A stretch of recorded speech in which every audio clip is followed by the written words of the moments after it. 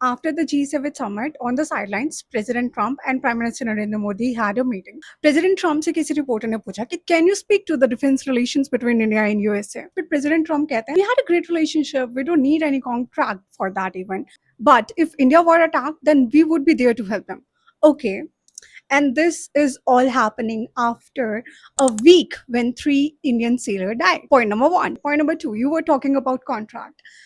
आपने बहुत से ऐसे कॉन्ट्रैक्ट्स हमारे साथ पहले कर लिए हैं कि हमें थोड़ा ट्रस्ट डेफिशिएंट फील होने लग पड़ा है। जब आपने हम पे 50% टैरिफ लगाए, उसमें भी 25% टैरिफ इसलिए था बिकॉज़ हम रशिया से ऑयल इंपोर्ट कर रहे थे।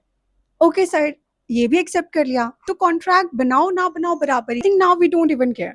Point number three, when you were actually praising the leaders of our neighbor country, that is Pakistan, तब आपको ये नहीं पता कि इंडिया की ग्लोबल लेवल में कितनी मिमिक्री होगी, क्योंकि जो इंडिया कभी आपकी साइड नहीं छोड़ता था, आपने उसी के ही रेबल कंट्री के लीडर्स की तारीफ कर दी just because they were helping you during the war. To be honest, जो भी जियो पॉलिटिक्स जानता है उन्हें भी पता कोई हेल्प बड़ी करी नहीं थी। That was just a move. Now point number four, आप चाइना जाते हैं अभी रिसेंटली विजिट करने, जिसके बाद पूरा एशिया, इंडिया तो छोड़ो, पूरा Asia is in a dicey situation that why and how should we rely on US.